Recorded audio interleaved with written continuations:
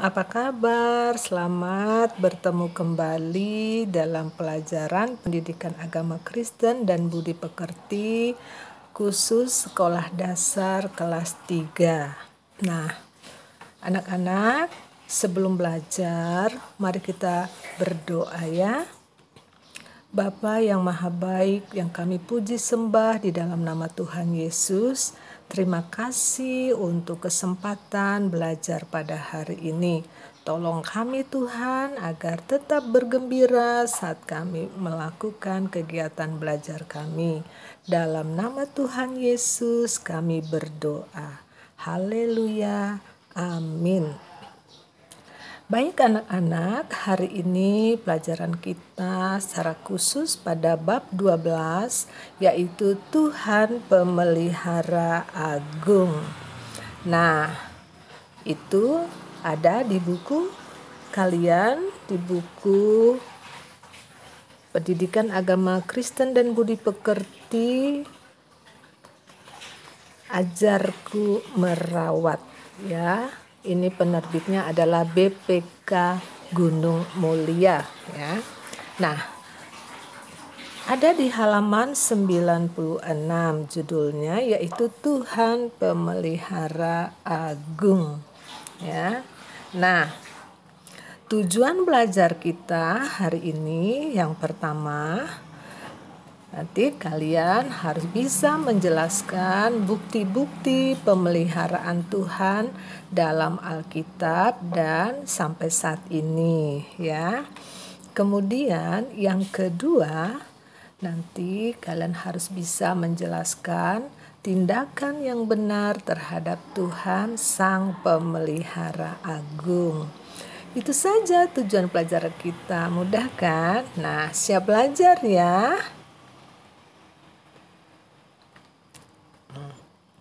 Tuhan Sang Pemelihara Agung, apa artinya? Nah, kita melihatnya bahwa Tuhan itu menciptakan bumi dan segala isinya dengan berfirman atau dengan berkata-kata. Dari yang tidak ada menjadi ada.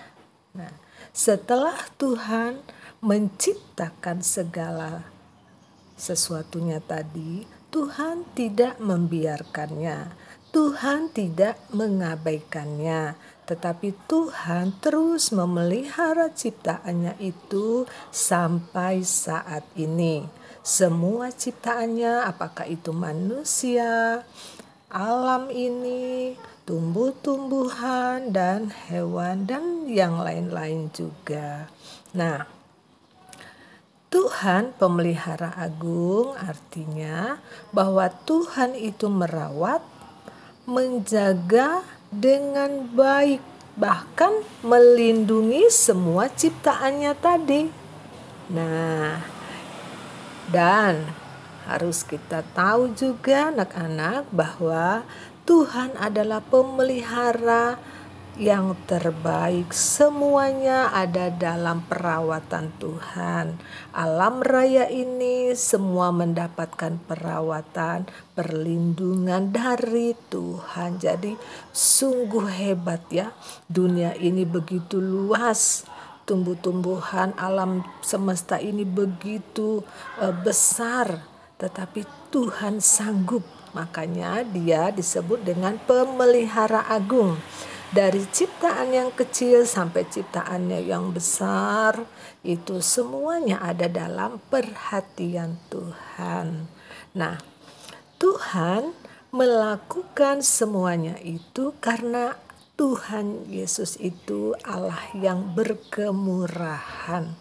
Artinya hatinya selalu tergerak untuk memelihara, untuk merawat dan melindungi. Nah, baik anak-anak, contohnya di sini ya pemeliharaan Tuhan kepada manusia. Ya, Tuhan menyediakan segala sesuatu yang diperlukan oleh manusia, bahkan juga makhluk hidup lainnya. Seperti Tuhan menyiapkan udara. Dari dulu, dari awal mula Tuhan menciptakan udara itu, sampai sekarang udaranya juga masih ada kan? tetap Tuhan pelihara. Kemudian air juga, panas juga, dan bahan makanan. Tumbuh-tumbuhan yang ditanam selalu Tuhan berikan pertumbuhan. Itu namanya Tuhan memelihara. Nah, itu untuk manusia. Kalau untuk tumbuhan, kita lihat tumbuhan yang ditanam tetap tumbuh. Kemudian Tuhan juga masih memberikan itu ya, masih ada matahari. Nah, panas matahari itu membantu tumbuhan untuk berfotosintesa. Kemudian ada juga hewan. Nah, Tuhan juga menyediakan tanaman bagi makanan hewan itu. Contohnya seperti kalau rusa makan rumput, nah rumputnya tetap Tuhan berikan pertumbuhan kan. Jadi Tuhan memelihara dan Tuhan adalah pemelihara agung. Nah, sekarang kita belajar bukti-bukti pemeliharaan Tuhan dalam Alkitab.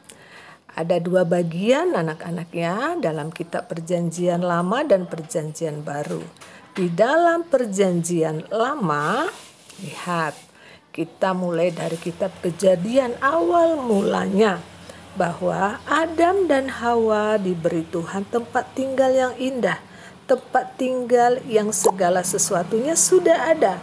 Ada makanannya, ada buah-buahan, dan tempat yang nyaman Tuhan sudah berikan ya.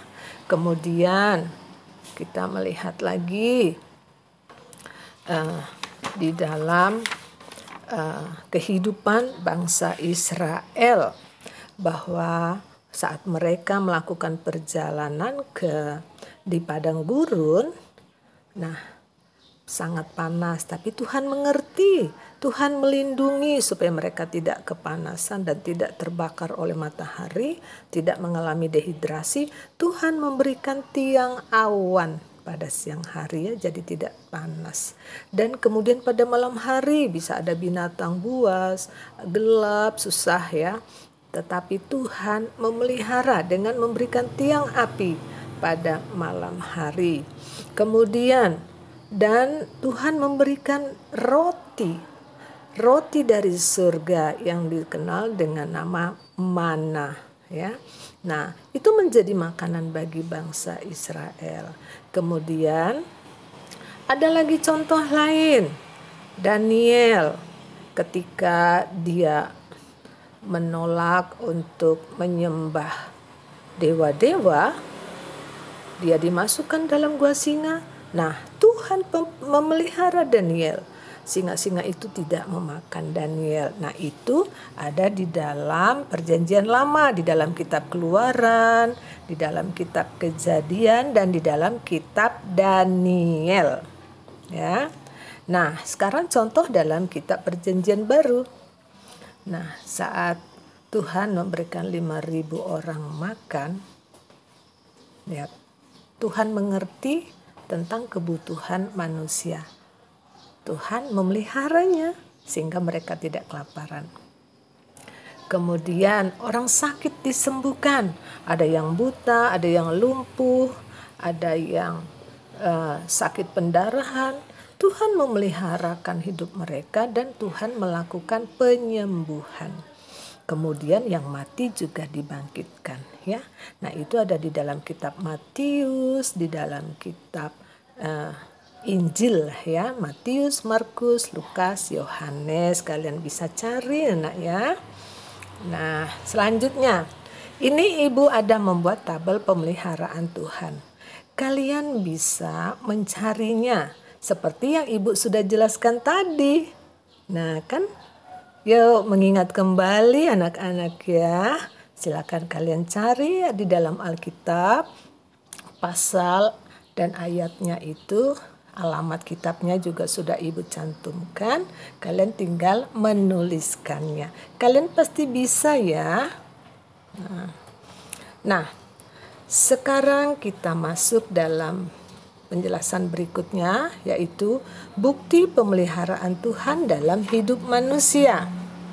Nah, ada banyak cara Tuhan memelihara manusia. Ibu hanya menuliskan beberapa saja ya. Misalnya Tuhan mengutus malaikat ketika kita mungkin di dalam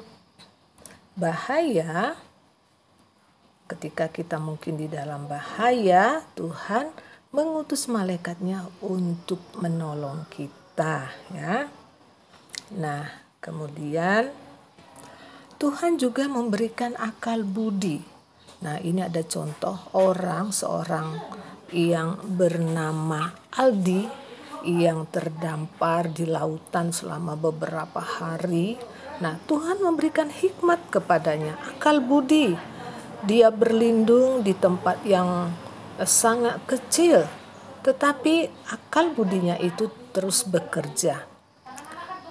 Dia menangkap ikan-ikan yang masuk ke dalam perahu kecil itu, lalu dia memasaknya dengan cara menaruhnya di atas perahu itu, lalu panas matahari itu membakar ikan itu, jadi masak anak-anak, ya.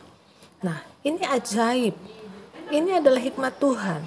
Tidak membuat si Aldi ini putus asa. Dia kebetulan saat terdampar, dia ada perbekalan, ya, ada perbekalan panci, ada perbekalan, jadi dia memasaknya di situ. Dan Tuhan memelihara. Jadi semua yang Tuhan berikan kepada manusia itu, akal kita itu kalau kita pergunakan, maka semuanya itu menolong kita, memberikan kita kesejahteraan. Nah, kemudian Tuhan menyediakan kebutuhan sandang pangan seperti tadi, menyiapkan tumbuh-tumbuhan, menyiapkan papan untuk kita gunakan agar kita aman, agar kita tetap hidup, ya. Kemudian Tuhan juga memelihara dengan memberikan orang-orang di sekitar kita, seperti memberikan ayah ibu, memberikan tetangga, memberikan guru-guru dan teman-teman. Itu Tuhan pakai juga untuk memelihara hidup kita. Apalagi saat anak-anak masih kecil, tidak bisa hidup sendiri, memerlukan orang tua untuk menyiapkan makanan, minuman, dan menyiapkan pendidikan, ya. Nah, kemudian pemeliharaan Tuhan lainnya sampai saat ini anak-anak, ya, Tuhan memberikan alam, udara, panas, hujan, dan lain-lain. Banyak sekali, ya. Nah, bagaimana tindakan yang benar terhadap pemeliharaan agung atau Tuhan itu sendiri? Yang pertama tentu saja kita harus menyembah Tuhan, ya.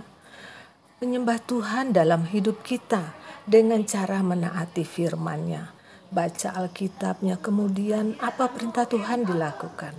Kemudian beribadah kepadanya pada pagi hari, pada siang hari, dan hari Minggu pergi beribadah ke gereja. Kemudian memuji-muji Tuhan. Hati kita harus senantiasa mengucap syukur, ya, memuji, menaikkan lagu-lagu pujian kepada Tuhan, ya. Sehingga hati kita bisa tetap bergembira. Kemudian yang kedua, mensyukuri karya Tuhan. Caranya dengan memelihara tumbuh-tumbuhan, memelihara alam ini supaya tetap bersih, tidak membuang sampah sembarangan, dan menjaga lingkungan, dilestarikan, tanam-tanaman yang di sekitar kita, ya, tanam-tanaman, ya. Kemudian memelihara tumbuhan dan hewan, apa yang ada, tidak boleh melakukan penebangan secara liar, tidak boleh, ya. Kemudian hewan-hewan juga untuk dikonsumsi boleh, tetapi juga harus dilestarikan. Kemudian mengelola hasil bumi secara bertanggung jawab, artinya hasil bumi itu seperti emas, seperti minyak. Nah, itu harus dikelola secara bertanggung jawab, jangan dengan sesuka hati. Oke, anak-anak, kesimpulannya, Tuhan menciptakan bumi dan isinya dan terus memeliharanya sampai saat ini. Yang kedua, semua alam ciptaan Tuhan seharusnya mensyukuri dan mengagungkan pencipta dan pemelihara alam ini. Demikian pembelajaran kita. tugas belajarnya adalah warnai gambar pada buku paketmu halaman 100.